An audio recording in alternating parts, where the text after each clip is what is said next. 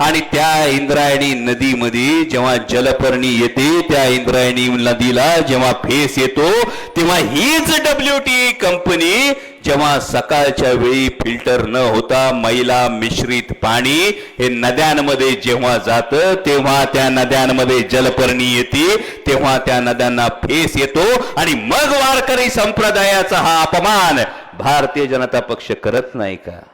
आणि म्हणून माझा सवाल आहे याच व्यासपीठावरून, आता या प्रश्नाचं उत्तर सुद्धा आम्ही काय बांगड्या भरल्यात का असं असू शकत नाही. मला वाटतं सत्ताधाऱ्यांनी याचं उत्तर दिलं पाहिजे. ही WTE कंपनी कोण आहे आणि जे 19 STP शहराचे आहेत, हे 19 STP नेमकी कोणत्या कंपन्या मेंटेन करतात? आणि नावाला एकच कंपनी आणि बाकीच्या सिस्टर कन्सर्न आहेत, या सिस्टर कन्सर्न याच कंपनीशी निगडीत आहेत का? कारण 24/7 जर थर्ड पार्टी ऑडिट झालं तर नद्या नेमक्या जलपर्णीयुक्त का होतात, नद्या नेमक्या का फेसाळतात, याची उत्तर जनतेला मिळतील. आणि एखाद्या कंपनीचा टर्नओव्हर हा जर 1000 पटीने वाढू शकत असेल तर हे सक्सेस मॉडेल आहे.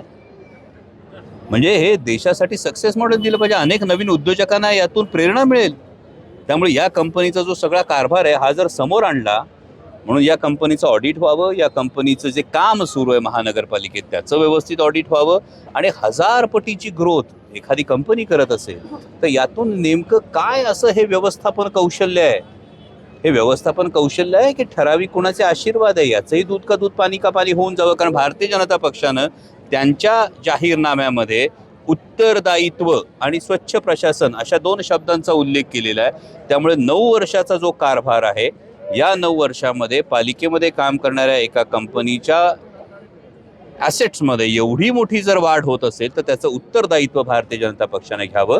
त्याच जाहीरनाम्यामध्ये जे GISच्या द्वारे आम्ही याचं मॉनिटरिंग करू असं म्हटलेलं जात आहे, त्यांनी 24/7 एकदा ऑडिट करून पिंपरी चिंचवडकरांना दाखवावं की हे जे पिंपरी चिंचवड शहरातले 19 STP प्लांट आहेत हे किती इफेक्टिव्हली काम करतात. की काही जण असं म्हणतात सकाळच्या वेळी यामध्ये डायरेक्ट शंटिंग केलं जातं आणि मैला मिश्रित पाणी हे थेट नद्यांमध्ये सोडलं जातं. हे खरं आहे की नाही हे तरी लोकांसमोर यावं. आपल्या शहरातल्या म्हणजे आळंदीकडे इंद्रायणी नदी फेसाळत असेल, इकडे पवना नदी फेसाळत असेल, हे ज्या नद्या फेसाळत आहेत हे ह्याच कंपनीच्या कारभारामुळे फेसाळत आहेत. मी त्यासाठीच म्हणालो की जे STP प्लांट्स आहेत त्या STP प्लांटचं थर्ड पार्टी ऑडिट करा, 24/7 ऑडिट करा. यामध्ये शंटिंग जर होत नसेल, जलपर्णी येण्याचं फार महत्त्वाचं कारण हे असतं की जेव्हा मैला मिश्रित पाणी कुठल्याही नदीमध्ये जातं त्यावेळी तिथे जलपर्णी फार मोठ्या प्रमाणावर येते. जेव्हा केमिकल मिश्रित पाणी हे ज्या ठिकाणी जातं त्यावेळी ती नदी फेसाळण्याचा प्रकार हा जास्तीत जास्त दिसून येतो. त्यामुळे या STPचं हे थर्ड पार्टी ऑडिट व्हावं. आणि जर एक ठराविक कंपनी हे करत असेल तर त्या नेमक्या कंपनीच्या कारभारावर प्रश्नचिन्ह उपस्थित होतं. सगळीकडेच राष्ट्रवादी काँग्रेस पक्ष हा अत्यंत ठामपणे ही महानगरपालिका लढवतोय आणि त्यामध्ये पिंपरी चिंचवडकरांचं हे ठरलंय की आता भाकरी फिरवायची आहे.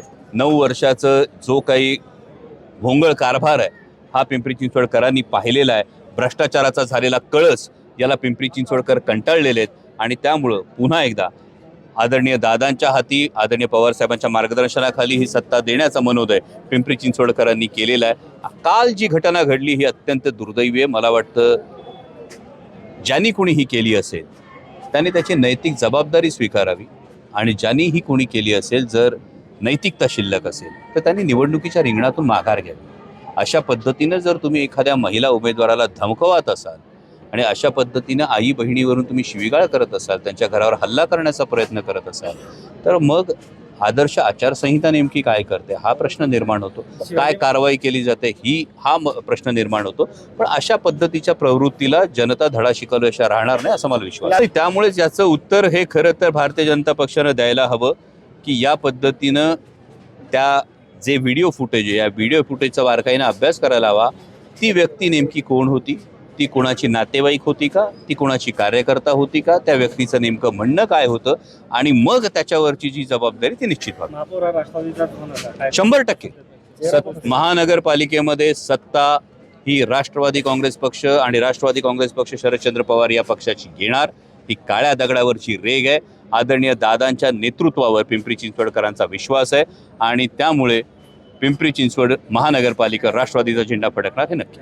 कसं झालं आहे, त्यांचा जाहीरनामा बघितल्यानंतर तो जाहीरनामा राहिलेला नाही आहे, तो निष्कर्तेपणाचा कबुलीनामा झालेला आहे.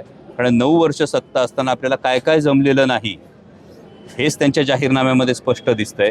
आणि हे मी त्यांचा आभार मानतो ज्यांनी कोणी जाहीरनामा तयार केला असेल, कारण त्यांनी जो जाहीरनामा तयार केला हा भारतीय जनता पक्षाच्या इथल्या स्थानिक नेतृत्वाच्या नाकर्तेपणाचा कबुलीनामा आहे.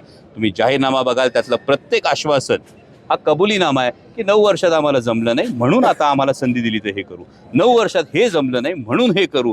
त्यामुळे हा कबुलीनामा आहे. आणि त्यामुळे त्यांनी काही जरी आंदोलन किंवा काही जरी त्यांनी क्लेम्स केले तरी सुद्धा ते खरे होतील असं वाटत नाही. त्यामध्ये ज्या जाहीरनामा म्हणण्यापेक्षा मुळातच आम्ही त्याला हमीपत्र म्हटलं.